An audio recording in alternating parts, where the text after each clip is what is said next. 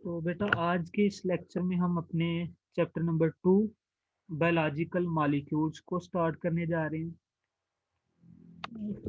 Chapter number 1 में भी हमने बेटा बायोलॉजिकल मॉलिक्यूल्स को डिस्कस किया था, लेकिन वहाँ पे हमने एज सच इनको इतनी ज़्यादा एक्सप्लेनेशन और डिस्क्रिप्शन के साथ नहीं पढ़ा। वहाँ पे हमने क्या बात की थी बायोलॉजिकल मॉलिक्यूल्स के बारे में कि सिंपली वो मॉलिक्यूल्स, ठीक है, जो जो लिविंग ऑर्गेनिजम्स की बॉडी में पाए जाते हैं, उनको हम क्या कहते हैं जी?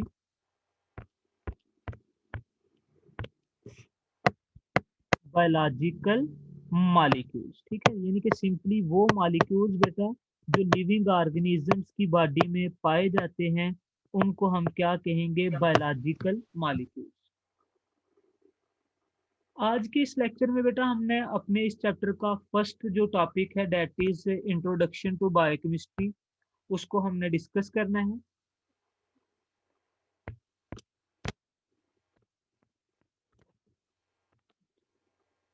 तो चलें जी, बायोलॉजिकल मॉलिक्यूल्स को बेटा डिटेल में डिस्कस करने से पहले हम बात करते हैं बायोकेमिस्ट्री की।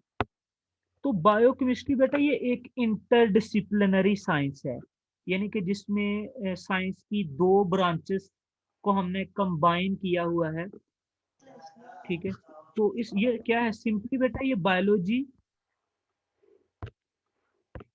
या केमिस्ट्री की वो ब्रांच है, बायोलॉजी या केमिस्ट्री की वो ब्रांच है कि जिसमें हम लिविंग ऑर्गेनिजम्स की बॉडी में पाए जाने वाले जो डिफरेंट केमिकल कंपोनेंट्स हैं, यानी कि जो डिफरेंट किस्म के मॉलिक्यूल्स हैं और जो डिफरेंट किस्म के रिएक्शंस हो रहे हैं, उनको स्टडी करते हैं। उस ब्रांच को बेटा हम क्या नाम देंगे? बायोकेमिस्ट्री।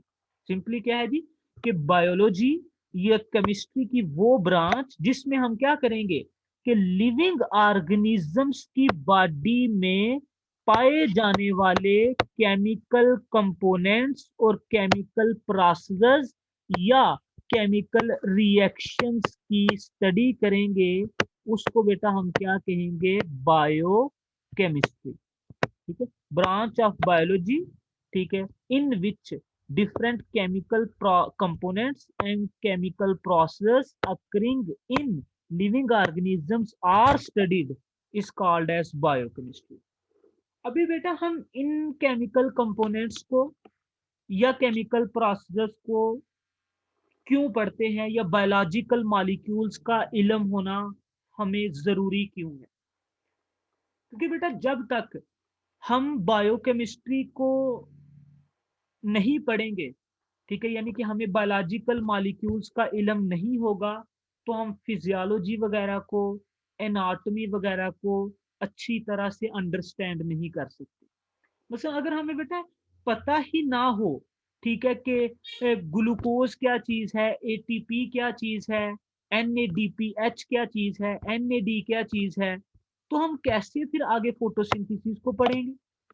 अगर हमें ये नहीं पता कि पायरुवेट क्या चीज है, अगर हमें ये नहीं पता ग्लाइकोजन क्या है, सेलुलोज क्या है, स्टार्च क्या है, ग्लैक्टोज क्या है, मेनोज क्या है, तो हम कभी भी बेटा रेस्पिरेशन को जाके स्टडी नहीं कर सकते। इसी तरह अगर हमें बेटा कम्प्लेक्स मॉलिक्यूल्स का इल्म नहीं है कि कम्प्लेक्स कौन से हैं, सिंपल मॉलिक्यूल्स का इल्म नहीं है कि सिंपल कौन से हैं, तो हम कभी भी बेटा डाइजेशन को अच्छी तरह से अंडरस्टैंड नहीं कर सकते। ठीक है, इसी तरह बेटा अगर हमें प्रोटीन्स का ही इल्म नहीं है, तो हम कभी भी मसल कंट्रैक्शन में जो इन्वॉल्व्ड कंपोनेंट्स हैं, जिनकी वजह से मसल कंट्रैक्शन होती है, हम उनको कभी भी अच्छी तरह से वेल अंडरस्टैंड नहीं कर सकते। तो इसलिए बेटा अगर हमने एनाटॉमी की स्टडी करनी है, फिजियोलॉजी की स्टडी करनी है, तो उनको अंडरस्टैंड करने से पहले हमें बायोकेमिस्ट्री यानी कि बायोलॉजिकल मॉलिक्यूल्स का और बायोलॉजिकल जो रिएक्शंस हैं उनका अच्छी तरह से इल्म होना चाहिए। क्योंकि जब तक हमें बायोलॉजिकल मॉलिक्यूल्स का नहीं पता होगा, हमें उनके बारे में इल्म नहीं होगा, तो हम कभी भी फोटोसिंथेसिस, रेस्पिरेशन, डाइजेशन वगैरह को समझ नहीं सकेंगे। तो ये तो होगी बेटा कि वाई बायोकेमिस्ट्री इज इंपॉर्टेंट, कि बायोकेमिस्ट्री इंपॉर्टेंट क्यों है या बायोलॉजिकल मॉलिक्यूल्स इंपॉर्टेंट क्यों है, इनका इल्म जो है, इनका नॉलेज जो है वो जरूरी क्यों है, कि इन इस नॉलेज के बगैर बेटा हम एनाटॉमी को, फिजियोलॉजी को अंडरस्टैंड नहीं कर सकते। चलें आगे बेटा, हम दोबारा से बायोलॉजिकल मॉलिक्यूल्स पे अपनी जो डिस्कशन है उसको आगे कंटिन्यू करते हैं। तो बायोलॉजिकल मॉलिक्यूल जो बेटा हमारे पास हैं, they are basically of two nature. एक बेटा हमारे पास ऑर्गेनिक किस्म के हैं और दूसरे हमारे पास इनऑर्गेनिक किस्म के हैं। ऑर्गेनिक और इनऑर्गेनिक का डिफरेंस हमने पहले भी पढ़ा था, अभी भी बेटा हम इसको दोबारा से थोड़ा सा समराइज कर लेते हैं कि वो मॉलिक्यूल्स जिनमें कार्बन और हाइड्रोजन दोनों एक साथ मौजूद हों, ठीक है, उनको बेटा हम क्या कहते हैं, ऑर्गेनिक। ठीक है, यानी कि ऐसे मॉलिक्यूल्स जिनमें कार्बन और हाइड्रोजन दोनों एक वक्त पे मौजूद हों, यानी कि हाइड्रोकार्बन्स और उनके जो बेटा डेरिवेटिव्स मॉलिक्यूल्स हैं उनको हम क्या कंसीडर करते हैं, ऑर्गेनिक। जबकि दूसरी तरफ बेटा हमारे पास इनऑर्गेनिक क्या है, ऐसे मॉलिक्यूल्स जिनमें कार्बन और हाइड्रोजन दोनों में से एक भी मिसिंग हो, दोनों में से एक मौजूद ना हो, एक हो या दोनों मौजूद ना हो, तो उनको बेटा हम क्या कहते हैं, इनऑर्गेनिक। ठीक हो गया। तो ये हमने अभी बात बेटा क्या की, फर्स्ट ऑफ ऑल तो बात की हमने बायोलॉजिकल मॉलिक्यूल्स की, कि बायोलॉजिकल मॉलिक्यूल्स क्या हैं, कि ऐसे मॉलिक्यूल्स जो लिविंग ऑर्गेनिजम्स की बॉडी में पाए जाएं, जिंदा जानदारों में पाए जाएं, उनको हम बायोलॉजिकल मॉलिक्यूल्स कहते हैं। फिर हमने बेटा बात की कि बायोलॉजिकल मॉलिक्यूल्स हमारे पास दो तरह के हैं, एक ऑर्गेनिक और दूसरे इनऑर्गेनिक। ऑर्गेनिक के बारे में बेटा हमने बात की कि ऑर्गेनिक मॉलिक्यूल्स उनको कहते हैं कि जिनमें कार्बन और हाइड्रोजन दोनों एक वक्त पर एक साथ पाई जाएं, यानी कि हाइड्रोकार्बन और उनके जितने भी डेरिवेटिव्स हैं वो हमारे पास ऑर्गेनिक मॉलिक्यूल्स हैं। जबकि दूसरी तरफ बेटा हमारे पास इनऑर्गेनिक मॉलिक्यूल्स कौन से हैं, कि ऐसे मॉलिक्यूल्स जिनमें कार्बन और हाइड्रोजन दोनों एक वक्त पर मौजूद ना हो, दोनों में से एक मिसिंग हो या दोनों ही मिसिंग हो, तो उनको हम बेटा क्या कहते हैं जी, इनऑर्गेनिक मॉलिक्यूल्स। तो आगे बेटा देखते हैं कि बायोलॉजिकल मॉलिक्यूल्स कौन से ऑर्गेनिक हैं और कौन से इनऑर्गेनिक हैं। तो अगर बात की जाए बेटा हमारे पास जो लिविंग ऑर्गेनिजम्स की बॉडी में पाए जाने वाले इनऑर्गेनिक कंपाउंड्स हैं उनकी, तो उनमें बेसिकली बेटा फर्स्ट ऑफ ऑल वाटर है। ठीक है, वाटर इनऑर्गेनिक क्यों है, क्योंकि बेटा अगर वाटर को देखा जाए तो इसका फार्मूला क्या है, H2O। तो यहाँ पे हाइड्रोजन तो है लेकिन कार्बन जो है वो नहीं है, इसलिए ये इनऑर्गेनिक है। फिर उसके अलावा डिफरेंट किस्म के बेटा इनऑर्गेनिक साल्ट्स हो गए, फिर कार्बन डाइऑक्साइड हो गई, डिफरेंट किस्म के इनऑर्गेनिक एसिड्स और बेसिस हो गए, ये सारे हमारे पास क्या है जी, इनऑर्गेनिक मॉलिक्यूल्स। जबकि दूसरी तरफ बेटा ऑर्गेनिक कंपाउंड्स हमारे पास चार जो हैं इंपॉर्टेंट, जो मेन ऑर्गेनिक कंपाउंड्स हैं वो कौन से हैं, कार्बोहाइड्रेट्स जिनको बेटा हम शुगर्स भी कहते हैं। ठीक है, फिर उसके अलावा बेटा हमारे पास लिपिड्स जिनको हम फैट्स और ऑयल्स कहते हैं। फिर इसके अलावा बेटा हमारे पास प्रोटीन्स हैं, और नेक्स्ट हमारे पास न्यूक्लिक एसिड्स यानी कि डीएनए और आरएनए। ठीक है, तो ये हमारे पास बेटा मेन जो ऑर्गेनिक और इनऑर्गेनिक कंपाउंड हमारे लिविंग ऑर्गेनिजम्स की बॉडी में पाए जाते हैं, हमने उनकी दो दो तीन तीन एग्जांपल्स देखी। कि अगर इनऑर्गेनिक की बात की जाए तो उसमें वाटर है, साल्ट्स हैं, कार्बन डाइऑक्साइड है, ठीक है, ऑक्सीजन है, उसके अलावा एसिड्स हैं, डिफरेंट किस्म के बेसिस हैं, उसके अलावा डिफरेंट किस्म की दूसरी गैसेस, डिजॉल्व गैसेस जैसा कि NH3 हो गया एटसेट्रा। ठीक है, अमोनियम आयन हो गया। उसके अलावा जबकि ऑर्गेनिक कंपाउंड्स की बात की जाए तो इनमें बेटा चार तरह के ऑर्गेनिक कंपाउंड्स बहुत ही अहमियत के हामिल हैं। कौन कौन से, कार्बोहाइड्रेट्स, लिपिड्स, प्रोटीन्स और न्यूक्लिक एसिड। और इस चैप्टर में बेटा हमारी सारी की सारी डिस्कशन जो है ना वो इन्हीं चारों के ऊपर होगी। कि कार्बोहाइड्रेट्स क्या हैं, कितनी तरह के हैं, इनके स्ट्रक्चर कैसे होते हैं। फिर लिपिड्स की बात इसी तरह करेंगे, नेक्स्ट प्रोटीन्स और न्यूक्लिक एसिड्स की। लेकिन उसको पढ़ने से पहले बेटा उसने आपकी बुक में इसी टॉपिक में एक कंपोजिशन चार्ट दिया है, जिसमें उसने प्रोकैरियोटिक सेल और यूकैरियोटिक सेल दोनों में पाए जाने वाले डिफरेंट जो बायोमॉलिक्यूल्स हैं उनकी कंसंट्रेशंस जो हैं उनको कंपेयर किया है, मुवाजना किया है कि बैक्टीरिया और जो एनिमल का सेल है इन दोनों में बायोमॉलिक्यूल्स की जो कंपोजिशन है वो कितनी डिफरेंट है और कितनी मिलती जुलती है। तो इसको बेटा आप पूरा बेशक याद ना करें, लेकिन थोड़े से मेन जो चीजें उनको याद करना जरूरी है। फर्स्ट ऑफ ऑल अगर बेटा वाटर की बात की जाए तो water is very very very important biomolecule for living organism, इसके बगैर बेटा गुजारा नहीं है। तो वाटर बैक्टीरिया के सेल में भी ऑलमोस्ट 70% और मेमेलियन सेल में भी। इसी तरह बेटा अगर प्रोटीन्स की बात की जाए तो बैक्टीरियल सेल में प्रोटीन्स उसके वेट के लिहाज से 15% है, जबकि एनिमल सेल में यानी कि मैमल का जो सेल है उसमें बेटा वो ऑलमोस्ट 18% है। इसी तरह कार्बोहाइड्रेट्स की बात की जाए तो कार्बोहाइड्रेट्स बैक्टीरिया के टोटल वेट के 3% हैं, जबकि मेमेलियन सेल के टोटल वेट के 4% हैं। यानी कि इतना ज्यादा बेटा कोई फर्क नहीं है। ठीक है, दोनों में अपने अपने वेट के लिहाज से या अपने अपने टोटल प्रपोर्शन के लिहाज से ठीक है मिलती जुलती हैं। फिर अगर लिपिड्स की बात की जाए तो लिपिड्स बेटा बैक्टीरियल सेल में 2% होते हैं, जबकि मेमेलियन सेल में 3% है। तो ये आप बेटा मेन वाटर का कर लें, प्रोटीन्स, कार्बोहाइड्रेट्स और लिपिड्स का याद कर लें कि बैक्टीरियल और मेमेलियन सेल जो है यानी कि जिनमें से एक प्रोकैरियोटिक है और एक जो है वो यूकैरियोटिक है, दोनों में कितना कितना फर्क है इनके डिफरेंट बायोमॉलिक्यूल्स की कंसंट्रेशंस का। नेक्स्ट बेटा ये बायोमॉलिक्यूल्स को अंडरस्टैंड करने के बाद हमें बायोकेमिस्ट्री में जो सबसे ज्यादा चीज पर फोकस करना पड़ता है दैट इज मेटाबॉलिज्म। मेटाबॉलिज्म को समझना बेटा बहुत जरूरी है। वो क्यों? क्योंकि बेटा मेटाबॉलिज्म को हम डिफाइन कैसे करते हैं? फर्स्ट ऑफ ऑल तो मेटाबॉलिज्म को डिफाइन करें जी। मेटाबॉलिज्म को हम डिफाइन बेटा कैसे करेंगे कि किसी भी लिविंग ऑर्गेनिज्म की बॉडी के अंदर जितने भी केमिकल रिएक्शंस हो रहे हैं उन सब को बेटा हम collectively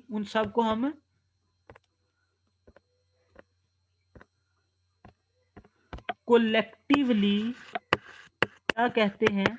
metabolism of that living organism. कि एक लिविंग ऑर्गेनिज्म की बॉडी में जितने भी बेटा केमिकल रिएक्शन हो रहे हैं, बेशक उनमें कोई चीज बन रही है या बेशक कोई चीज टूट रही है, उन सब को मिला के इकट्ठे करके कलेक्टिवली हम उस लिविंग ऑर्गेनिज्म का मेटाबॉलिज्म कंसीडर करते हैं। मेटाबॉलिज्म क्यों होता है? Why metabolism is taking place in the body of living organism? तो इसकी बेटा जो रीजन है वो क्या है कि बेटा जितने भी लिविंग ऑर्गेनिजम्स हमारे पास हैं वो क्या करते हैं कि अपने इन्वायरमेंट से कंटिन्यूसली केमिकल्स जो हैं डिफरेंट किस्म के वो ले रहे होते हैं और उन केमिकल्स को वो अपनी बॉडी के अंदर ठीक है दूसरे मखसूस किस्म के केमिकल्स बनाने में यूज करते हैं। ठीक है, तो लिहाजा इस सारे प्रोसेस के लिए यानी कि अपनी बॉडी के केमिकल्स को बनाने के लिए या अपनी बॉडी के जो कंपोनेंट्स हैं उनको बनाने के लिए ठीक है उन्हें इन्वायरमेंट से हासिल किए हुए केमिकल्स को यूज में लाना पड़ता है। तो यूज में बेटा वो कैसे लाएंगे? Due to different reactions. यानी कि जब भी किसी लिविंग ऑर्गेनिज्म ने इन्वायरमेंट से कोई केमिकल लिया और उस केमिकल से वो अपनी बॉडी का बेटा कोई कंपोनेंट बनाना चाहता है, तो बॉडी के कंपोनेंट में और केमिकल जो है इन दोनों में बेटा बड़ा जमीन आसमान का फर्क है। मतलब फर्ज करें हमारी बॉडी में बेटा हमारी जो हीमोग्लोबिन है, दिस इज आल्सो प्रोटीन, और बाहर से जो हम दूध पी रहे हैं उसके अंदर जो कसीन है that is also protein. But the health difference between these two, ठीक है, कैसीन और हीमोग्लोबिन दोनों में बेटा बहुत ही ज्यादा डिफरेंस है। तो फिर अगर कैसीन या जो और अदर प्रोटीन्स हम अपने इन्वायरमेंट से ले रहे हैं अपने खाने के अंदर, यानी कि दालों के अंदर, ठीक है, या और खानों के अंदर, तो अगर हम उनसे हीमोग्लोबिन बनवाना चाहते हैं तो बेटा हीमोग्लोबिन और इन सब में तो बहुत ही ज्यादा फर्क है। तो फिर अगर इनसे हीमोग्लोबिन को बनवाना है तो उसके लिए बेटा पहले डिफरेंट किस्म के केमिकल रिएक्शंस होंगे। उन केमिकल रिएक्शन में इस कसीन को और दूसरी प्रोटीन्स को तोड़ा जाएगा, और फिर तोड़ के उनसे जो इंडिविजुअल कंपोनेंट्स बनेंगे उनको जोड़कर हीमोग्लोबिन और बॉडी की डिफरेंट प्रोटीन्स को तैयार किया जाएगा। तो पेपर में बेटा वो आपको शॉर्ट क्वेश्चन पूछ सकता है कि define metabolism and give reason why is it is important, कि मेटाबॉलिज्म को डिफाइन करें और वजह बताएं कि ये जरूरी क्यों है। तो आप क्या बताएंगे मेटाबॉलिज्म के बारे में, कि मेटाबॉलिज्म क्या है, कि लिविंग ऑर्गेनिजम्स की बॉडी में जितने भी केमिकल रिएक्शंस हो रहे हैं, बेशक उनमें कोई चीज बन रही है या कोई चीज टूट रही है, उन सबको कलेक्टिवली हम कहते हैं मेटाबॉलिज्म। और मेटाबॉलिज्म जरूरी क्यों है, कि जो लिविंग ऑर्गेनिजम्स हैं ये अपने इन्वायरमेंट से जो भी चीजें अपनी खुराक की शक्ल में लेते हैं, तो उनसे जब इन्होंने अपनी बॉडी के डिफरेंट कंपोनेंट्स बनाने हैं, अपनी बॉडी की प्रोटीन्स बनानी है, कार्बोहाइड्रेट्स बनाने हैं, लिपिड्स बनाने हैं, न्यूक्लिक एसिड्स वगैरह बनाने हैं, तो उनको बनाने के लिए पहले बेटा इनको इन्वायरमेंट से ली हुई चीजों को अमल में लाना जरूरी होगा, जिसके लिए इनकी बॉडी में डिफरेंट किस्म के केमिकल रिएक्शंस का वकू पजीर होना बहुत ही ज्यादा जरूरी है। तो इसलिए बेटा मेटाबॉलिज्म जो है ये लिविंग ऑर्गेनिजम्स का एक मेन करेक्टरिस्टिक है। और ये सारा बेटा मेटाबॉलिज्म जो है ये कंट्रोल्ड और ऑर्गेनाइज्ड मैनर में होगा, यानी कि बड़ा बैलेंस्ड वे में। जब किसी चीज की जरूरत होगी तब उसको बनाया जाएगा, जब उसकी जरूरत नहीं होगी तब उसको इनएक्टिव रखा जाएगा या उसको तोड़ दिया जाएगा। यानी कि एक बेटा बड़े बैलेंस में, इक्विलिब्रियम, तवाजन में ये सारे काम चलेंगे। ऐसा नहीं होगा कि कोई चीज टूटती जा रही है और वो टूटती ही जा रही है, अगर कोई चीज बन रही है तो वो बनती ही जा रही है, बल्कि एक बैलेंस्ड वे में काम चलेगा कि जब जरूरत होगी तब बनाया जाएगा, जब जरूरत नहीं है फिर या तो इनएक्टिव फॉर्म में रखा जाएगा या तोड़ दिया जाएगा। फिर आगे बेटा मेटाबॉलिज्म को अगर हम मजीद एक्सप्लोर करें तो मेटाबॉलिज्म की आगे बेटा दो टाइप्स हैं, या दो तरह का मेटाबॉलिज्म होता है, एक कैटाबॉलिज्म और दूसरा एनाबॉलिज्म। ठीक है, यानी कि जो हमारी बॉडीज के अंदर बेटा मेटाबॉलिक रिएक्शंस हो रहे हैं, they are basically occurring in two forms. ठीक है, एक एक फॉर्म के रिएक्शंस को बेटा हम कहते हैं कैटाबोलिक रिएक्शंस या उनको कैटाबोलिज्म कहेंगे, और दूसरी फॉर्म के जो रिएक्शंस है बेटा उनको एनाबोलिक रिएक्शंस या एनाबोलिज्म कहेंगे। दोनों में डिफरेंस क्या है, पहले बेटा बात करते हैं कैटाबोलिज्म की। तो कैटाबोलिज्म के केस में बेटा क्या है कि बड़े मॉलिक्यूल, लार्ज सबस्टांसेस जो हैं उनकी ब्रेक डाउन होती है, दे आर ब्रोकन डाउन। यानी कि कैटाबोलिज्म जो है या जो कैटाबोलिक रिएक्शंस हैं इनमें बेटा क्या काम होता है, इनमें टूटने का काम है। ठीक है, यानी कि बड़ी चीजें छोटी चीजों में, यानी कि बड़े मॉलिक्यूल छोटे मॉलिक्यूल्स में टूटेंगे। और जब बेटा ये ब्रेकडाउन का प्रोसेस हो रहा होगा उस दौरान, ठीक है, ये क्या करेंगे, एनर्जी रिलीज करेंगे। यानी कि आप कह सकते हैं कि जो कैटाबोलिक रिएक्शंस हो रहे हैं बॉडी में, ठीक है, यानी कि जिनके नतीजे में कोई चीजें टूट रही हैं, दे आर एक्सोथर्मिक रिएक्शंस। ठीक है, दे आर एक्सोथर्मिक रिएक्शन, यानी कि ये वो रिएक्शंस हैं जिनके केस में बेटा एनर्जी जो है वो रिलीज होती है। ठीक है, और इसकी बहुत ही अच्छी एग्जांपल बेटा हमारे पास क्या है, रेस्पिरेशन। जो हमारी बॉडी में बेटा इंटरनल रेस्पिरेशन हो रही है, ठीक है, जिसके केस में हमारा ग्लूकोज पहले टूटेगा पायरुवेट में, फिर पायरुवेट क्रेब साइकिल में जाएगा in the form of acetyl coenzyme A, वहां पे हाई एनर्जी कंपाउंड बनेंगे, उन हाई एनर्जी कंपाउंड्स की जो एनर्जी है उसको यूज करते हुए एटीपी बनाई जाएगी। तो जो रेस्पिरेशन है बेटा वो हमारे पास एक किस्म का कैटाबोलिक प्रोसेस है या कैटाबोलिज्म है। ठीक है, तो कैटाबोलिज्म के बारे में बेटा मैंने आपको क्या बताया कि कैटाबोलिज्म में हम उन रिएक्शंस की बात करते हैं जिनमें बड़े मॉलिक्यूल्स टूटते हैं छोटे मॉलिक्यूल्स में, और इस टूटने के दौरान बेटा वो एनर्जी को रिलीज करते हैं। ठीक है, और इसकी एग्जांपल मैंने दी रेस्पिरेशन के, हमारी बॉडी में बेटा जो इंटरनल रेस्पिरेशन हो रही है, यानी कि जहां पे ग्लूकोज से एटीपी बनवाई जा रही है bye involving glycolysis Krebs cycle and electron transport chain, that is a form of catabolism.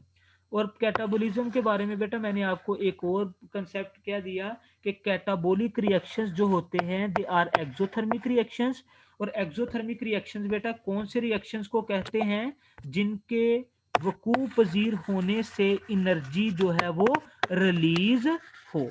ठीक है, तो इन सब रिएक्शंस के होने में बेटा एनर्जी जो है वो रिलीज होगी, और इस एनर्जी को लिविंग ऑर्गेनिजम्स अपनी बॉडी में डिफरेंट एक्टिविटीज को कैरी आउट करने के लिए यूज कर लेंगे।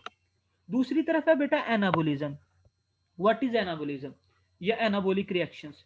ऐसे रिएक्शंस जिसमें बेटा छोटे मॉलिक्यूल्स आपस में कंबाइन करें, आपस में जुड़ें, आपस में एग्रीगेट हों, और एग्रीगेट होके बेटा वो लार्ज मॉलिक्यूल्स बनाएं। ठीक है, कॉम्प्लेक्स मॉलिक्यूल्स बनाएं। ठीक है, उस प्रोसेस को हम क्या कहते हैं, एनाबोलिज्म। और उन रिएक्शंस को हम क्या कहते हैं जी, एनाबोलिक रिएक्शन। तो ऑलमोस्ट बेटा एनाबोलिक रिएक्शंस में क्या होता है कि इनको वकूअ पजीर करवाने के लिए रिएक्टेंट्स को एक दूसरे से मेल मिलाप करवाने के लिए एनर्जी की जरूरत पड़ती है, यानी कि हमें इन्हें एनर्जी देनी पड़ती है। यानी कि हम कह सकते हैं बेटा दे आर एंडोथर्मिक रिएक्शंस, यानी कि ये ऐसे रिएक्शंस हैं जिनमें एनर्जी की रिक्वायरमेंट होती है बल्कि एनर्जी रिलीज नहीं होती। और इसकी बहुत ही अच्छी बेटा एग्जांपल हमारे पास क्या है जी, फोटोसिंथेसिस। तो देखिए ना बेटा, फोटोसिंथेसिस में आपने क्या किया कि कार्बन डाइऑक्साइड और वाटर का अगर आपने रिएक्शन करवाना है तो इनको एनर्जी की जरूरत है, और वो एनर्जी आपने कहां से दी, फ्रॉम सनलाइट। अगर एनर्जी होगी तो फोटोसिंथेसिस होके C6H12O6 ग्लूकोज बनेगा, अदरवाइज बेटा ये प्रोसेस जो है वो नहीं होगा। तो यहाँ पे बेटा ये जो ग्लूकोज बन रहा है in the process of photosynthesis, that is the example of anabolic reaction. ये देखे ना, कार्बन डाइऑक्साइड और वाटर ये दोनों छोटे मॉलिक्यूल्स थे, इन्होंने एनर्जी हासिल की, एंडोथर्मिक रिएक्शंस हैं, और क्या बनाया, ग्लूकोज बड़ा मॉलिक्यूल बनाया। ठीक है, तो ऐसे रिएक्शंस जिनमें बेटा कुछ चीजें मिलकर नई चीज बना रही हों और उनको रिएक्शन करवाने के लिए एनर्जी की जरूरत हो, उन रिएक्शंस को बेटा हम एनाबोलिक रिएक्शंस कहेंगे। जबकि ऐसे रिएक्शंस जिनमें बेटा बड़े मॉलिक्यूल छोटे मॉलिक्यूल्स में टूटें और वो टूटने के दौरान एनर्जी को रिलीज करें, वैसे रिएक्शंस को बेटा हम क्या कहेंगे, कैटाबोलिज्म। तो यहाँ पे बेटा आपको तीन चार तरह से बेटा जो आज हमने इस इंट्रोडक्टरी लेक्चर में चीजें डिस्कस की हैं, इनमें से आपको तीन चार तरह से शॉर्ट क्वेश्चन आ सकते हैं। फर्स्ट ऑफ ऑल तो बेटा वो आपको पूछ सकता है कि differentiate between inorganic biomolecules and organic biomolecules, कि ऑर्गेनिक बायोमॉलिक्यूल्स और इनऑर्गेनिक बायोमॉलिक्यूल्स में डिफरेंस बताएं। फिर वो आपसे बेटा पूछ सकता है, बायोकेमिस्ट्री की डेफिनेशन भी पूछ सकता है। नेक्स्ट वन वो आपसे पूछ सकता है कि define metabolism and give reason why it is necessary, कि मेटाबॉलिज्म को डिफाइन करें और वजह बताएं कि ये जरूरी क्यों है, लिविंग ऑर्गेनिजम्स का एक इतना मेन करेक्टरिस्टिक क्यों है। और नेक्स्ट बेटा वो आपको इस तरह से भी क्वेश्चन पूछ सकता है जी कि differentiate between catabolism and anabolism, कि कैटाबोलिज्म और एनाबोलिज्म दोनों में डिफरेंसेस जो हैं दोनों में, ठीक है, जो फर्क है वो बताएं। इससे नेक्स्ट बेटा हमारा जो टॉपिक है that is importance of water, उसको हम नेक्स्ट लेक्चर में इंशाल्लाह ठीक है फिर स्टार्ट करते हैं।